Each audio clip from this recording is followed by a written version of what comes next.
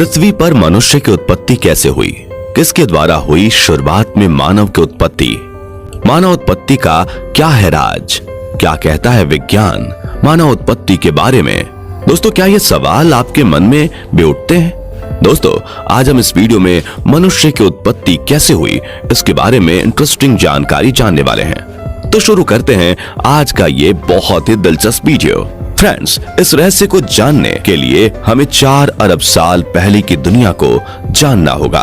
असल में आज की पृथ्वी से 4 अरब साल पहले की पृथ्वी बेहद गर्म थी, यानी कि यहाँ जलता हुआ लावा और मैग्मा पाया जाता था। उस समय पृथ्वी का अनुमानित तापमान 1000 डिग्री सेल्सियस से 1600 डिग्री सेल्सियस था। करीब 3.9 अरब साल पहले पृथ्वी का तापमान कम होना शुरू हुआ और इसी कारण यहाँ तेज बारिश हुई। ये बारिश कई सालों तक हुई। लगातार हुई इस बारिश से लगभग 80% भाग समुद्र में डूब गया। बाकी का 20% भूभाग ठोस होकर ठंडा होकर धरातल बन गया, जिस पर आज भी हमारा जीवन चल रहा है। इस भूभाग के कुछ बड़े हिस्सों के आपस में टकराने से धरती पर पहाड़ों का निर्माण हुआ। समुद्र के पानी में भाप बनी और पहाड़ों पर बारिश हुई, जिससे ग्लेशियर का निर्माण हुआ और धीरे धीरे पृथ्वी बेहद ठंडी हो गई। इसी समय समुद्र में हो रही रासायनिक क्रियाओं से समुद्री सूक्ष्म जीव पैदा हुए। इसके करीब 30 करोड़ साल बाद पृथ्वी पर रहने लायक वातावरण बना, जो कि बेहद ठंडा था, जिसे हम हिम युग के नाम से भी जानते हैं। इस समय तक समुद्र में इतने समुद्री जीव जंतु हो गए थे कि वहां रह पाना बहुत मुश्किल हो गया था।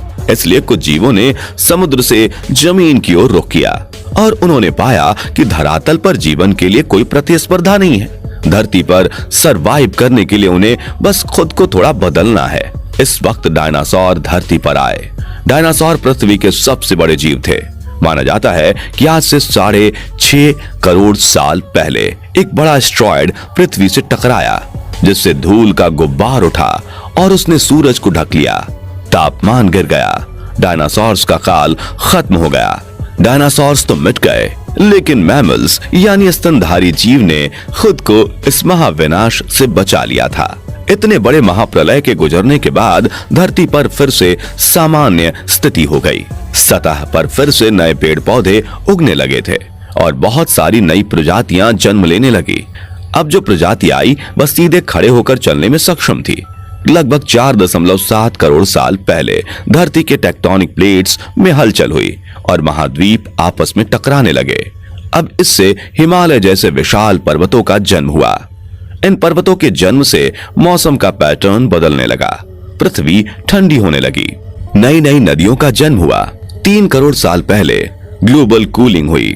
घास के मैदान बनने लगे और जंगल घटने लगे। तब ऐसे जानवर विकसित हुए जो खुले मैदान में रहने के लिए उपयुक्त थे और उन्हीं में दूसरे जानवरों को खाने वाले जानवर भी विकसित होने लगे।